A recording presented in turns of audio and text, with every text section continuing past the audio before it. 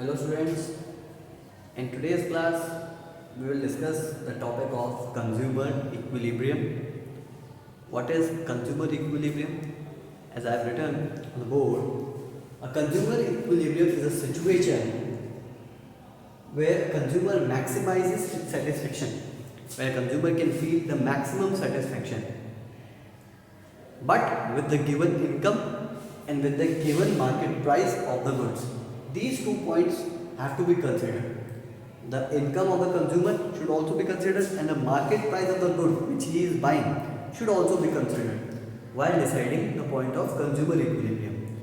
तो consumer equilibrium एक point है जहाँ पे कंज्यूमर मैक्सिमम सेटिस्फेक्शन फील कर रहा है कि इससे ज़्यादा मेरे को सेटिस्फेक्शन फील नहीं हो सकती है. I should buy this much quantity, ठीक है, I should buy this much amount of good to have the maximum satisfaction feeling. वो जो पॉइंट है उस पॉइंट को हम कंज्यूमर इक्विलिब्रियम कह रहे हैं. अब हमारी इनकम से a consumer can buy n number of goods. A consumer can buy n number of goods with the given income. उसकी इनकम से वो कितने भी गुड्स खरीद सकता है. आपकी और मेरी बात करें तो हम भी हमारी इनकम से बहुत सारे गुड्स खरीद सकते हैं. But to consider all those goods is not possible to understand the concept at this level. जहाँ पे उतनी कॉम्प्लेक्सिटी इस लेवल पे हम 11th स्टैंडर्ड पे उतनी कॉम्प्लेक्सिटी हम नहीं डाल सकते हैं. इसलिए हमें कोर्स में 2 ही केसेस दिए गए हैं. पहला दिया गया है one commodity case where a consumer buys only one commodity, a single commodity, and the other one is a 2 commodity case in which the consumer will buy only 2 goods, combination of 2 goods with the given income and the market prices. तो 2 cases हैं हमारे पास में. एक single commodity case जहाँ पे हम एक ही good को खरीदना अज्यूम करेंगे कि एक ही गुड खरीद रहे हैं और देख रहे हैं कि हमारा इक्विलिब्रियम कहाँ पे आया. और दूसरा है 2 commodity केस जहाँ पे हम 2 गुड खरीदेंगे और कंसिडर करेंगे, इवैल्यूएट करेंगे कि हमारा इक्विलिब्रियम कहाँ पे आया. तो 1 commodity एंड 2 commodity केस, ये 2 केसेस हमारे पास में हैं. चलिए इक्विलिब्रियम एक बार वापस से आपको बता देता हूँ, ठीक है. वो पॉइंट, वो सिचुएशन जहाँ पे कंज्यूमर मैक्सिमम सेटिस्फेक्शन फील कर रहा है, that situation is known as consumer equilibrium.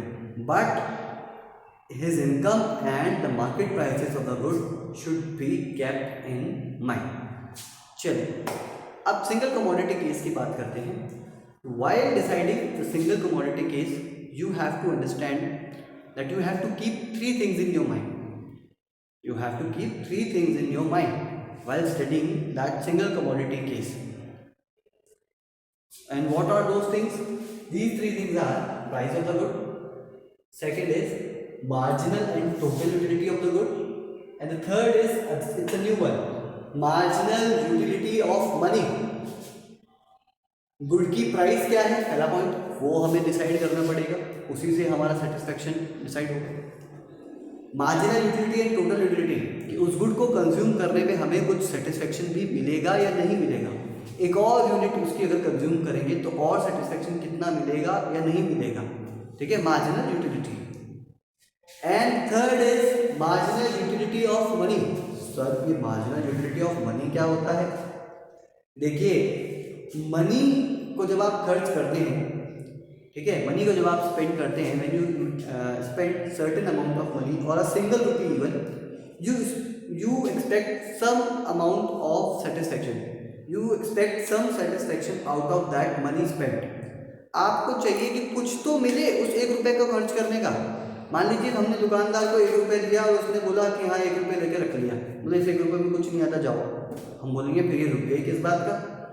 तो 1 रुपये खर्च करके आप कितना सेटिस्फेक्शन एक्सपेक्ट कर रहे हैं? आप सोच रहे हैं इस 1 रुपये में एटलीस्ट एक च्युइंगम तो आए, एक इक्लेयर्स तो आए, ठीक है, एक टॉफ़ी तो आए कम से कम. तो उस 1 रुपये को खर्च करके आप कितना सेटिस्फेक्शन एक्सपेक्ट कर रहे हैं? That is marginal utility of money, worth rupee of a money. कि उस 1 रुपये को जब आप खर्च करेंगे तो आपको कितना सेटिस्फेक्शन मिलना चाहिए या आप कितना सेटिस्फेक्शन एक्सपेक्ट कर रहे हैं, that is your marginal utility of money. तो whenever we buy some product this is the most important point we consider कि वेदर इट इज़ गुड और वेदर इट इज़ राइट और wrong to spend certain amount of money on a particular good, कि हम किसी good पे एक amount खर्च करने जा रहे हैं, 1,000, 2,000, 5,000 जो भी हम खर्च करने जा रहे हैं, क्या ये गुड उतने पैसे खर्च करने लायक भी है या नहीं है। हम एक फ़ोन लेने गए और वो फ़ोन हमको मिला कि ये 5,000 का फ़ोन है, 10,000 का फ़ोन है, तो हम उसको देख रहे हैं कि और उसको इवेलुएट कर रहे हैं कि 10,000 रुपये का फ़ोन है, लेकिन क्या ये 10,000 रुपये खर्च करने लायक है या नहीं है। क्या हमें 10,000 रुपये खर्च करके जितनी सेटिस्फेक्शन हम एक्सपेक्ट कर रहे हैं उतनी सेटिस्फेक्शन इस फ़ोन से मिलेगी या नहीं मिलेगी। जब आप सोचते हैं कि हाँ यार 10,000 रुपये तो बहुत अच्छा फ़ोन है, ठीक है, आप सेटिस्फाई हो जाते हैं तो आप उसे खरीद लेते हैं। लेकिन आप सोचते हैं नहीं नहीं 10,000 रुपये में तो इतने कम फीचर्स मिल रहे हैं तो बेकार फ़ोन है, तो आप उसे नहीं खरीदते। हमेशा every time we consider this marginal utility of money we have been considered in the past, हम इसे कंसिडर करते आए हैं। आप मैं जिसने इकोनॉमिक्स नहीं पढ़ी है वो भी हमेशा इस पॉइंट को अप्लाई करते हैं हम, लेकिन नाम हमको नहीं पता था। नाम आज मैंने आपको बता दिया है। This point is this logic, this concept is marginal utility of money. चलिए एक और एग्जांपल मैं लेता हूँ आपके कि मान लीजिए आप सोच रहे हैं 10 रुपये खर्च करके, ठीक है, 10 रुपये का चिप्स का पैकेट आपने खरीदा, उसको खर्च करके आपको 50 फ्यूटिल जितना सेटिस्फेक्शन मिलेगा, ठीक है, आपको ये आपने एक्सपेक्ट किया था। और उस 10 रुपये को खर्च करके जब आपने चिप्स खाए तो आपको 40 फ्यूटिल जितना ही सेटिस्फेक्शन मिला। उस चिप्स का टेस्ट आपको पसंद कम आया थोड़ा सा, तो आपको उतना सेटिस्फेक्शन नहीं मिला। तो ये आपका मार्जिनल यूटिलिटी ऑफ मनी है। 50 आप एक्सपेक्ट कर रहे थे लेकिन आपको नहीं मिला, तो आप नेक्स्ट टाइम उस चिप्स को बाय नहीं करेंगे या फिर किसी और को सजेस्ट नहीं करेंगे उस चिप्स को बाय करने के लिए, ठीक है। एक एग्जांपल और लेता हूँ अपने राइट से रिलेटेड कि हम मूवी देखने जा रहे हैं। हम मूवी देखने गए, हमारे फेवरेट हीरो की मूवी थी, फेवरेट एक्ट्रेस की मूवी थी, गाने अच्छे लग रहे थे, हम चले गए और महंगी टिकट खरीद के हम उसकी चले गए। 200 रुपये हमने उसको दे दिए टिकट के और हम उस मूवी को देखने चले गए। After watching that movie we thought यार this is not a good movie, ये बिल्कुल भी अच्छी नहीं है, ठीक है, इट्स वेरी बोरिंग, कोई स्टोरी नहीं है, बस ऐसे ही फालतू दिखा रहे हैं, बस कुछ भी मूवी बना दी, और हम बड़े ही डिससेटिस्फाई होकर वहाँ से बाहर आए। तो जितना हमने एक्सपेक्ट किया था उतनी यूटिलिटी हमें नहीं मिली।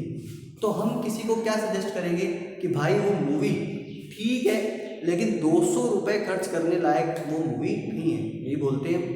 तो what we are considering, what we are telling that person, we are telling about the marginal utility of money, that whether it is worthy to spend that amount of money और not. उतना पैसा खर्च करने लायक वो है नहीं है या नहीं है, कि आप अगर 200 रुपये खर्च करेंगे तो उस यूटिलिटी आपको मिलेगी या नहीं मिलेगी, ठीक है, वो आपको डिसाइड करना पड़ेगा। तभी आप उस कमोडिटी को खरीदने या नहीं खरीदने, वेदर टू बाय और नॉट टू बाय, ये डिसीजन आप लेंगे। चलिए एक चीज़ हमको हमेशा ध्यान में रखनी है, that we are study micro economics. In this micro economics we have to consider each individual differently. मेरा सेटिस्फेक्शन अलग लेवल पे आ सकता है, आपका सेटिस्फेक्शन अलग लेवल पे आ सकता है। हो सकता है किसी के लिए 200 रुपये कुछ फ़ायदे के, कुछ ज़्यादा यूटिलिटी नहीं रखते हो। कोई रिच पर्सन है, उसने बोला अरे यार 200 रुपये में एंजॉय किया यार, बढ़िया टाइम पास हो गया हमारा, तो है ना, घर पे बैठे बैठे भी क्या ही करते, बोर होते, हमारा तो टाइम पास हो गया, तो जा सकते हैं मूवी, टाइम पास करने के लिए उसने ऐसे बोल दिया। तो आप कंफ्यूज हो गए, सर ये कैसी बात हुई, एक क्या बोल रहा है एक क्या बोल रहा है, because both the persons have different income and different perspective towards marginal utility of money, ठीक है, वो दोनों की अलग अलग इनकम है और वो दोनों अपने अपने हिसाब से मार्जिनल यूटिलिटी ऑफ मनी को देखते हैं। एक बोल रहा है कि भाई 200 रुपये में और कोई जान थोड़ी ना दोगे तुम उसकी, ठीक है, थोड़ा कम एंटरटेनमेंट था लेकिन टाइम पास तो था, तो ठीक है 200 रुपये खर्च कर दिए मैंने। और एक बोल रहे भाई 200 रुपये खर्च कर रहा है, क्या कर रहा है तू, 200 रुपये खर्च करने तो कोई अच्छी पिक्चर भी जाते हैं, ऐसे नहीं जाते हैं, ठीक है। तो ये दोनों अपने अपने इंसान का जो है अलग अलग पर्सपेक्टिव है, तो वो हमें ध्यान रखना है, because this is micro economics. तो कंज्यूमर टू कंज्यूमर डिपेंड करेगा कि उसका सेटिस्फेक्शन कहाँ आएगा कहाँ नहीं आएगा, ठीक है। लेकिन हम एक जनरल कॉन्सेप्ट पढ़ सकते हैं। तो in the next class will discuss the marginal utility analysis, how we will use this marginal utility and how we will use this marginal utility of money concept to understand the situation in the concept of consumer equilibrium, कि maximum point कौन सा है जहां आप रुक जाएंगे, वो maximum satisfaction आपको कहाँ मिलेगा, वो पॉइंट कब आएगा, ये समझने के लिए आप इन तीनों की हेल्प लेंगे, and that concept is marginal utility analysis concept. So we will discuss that concept in the next class. That's all for today. We'll continue in next class. Thank you.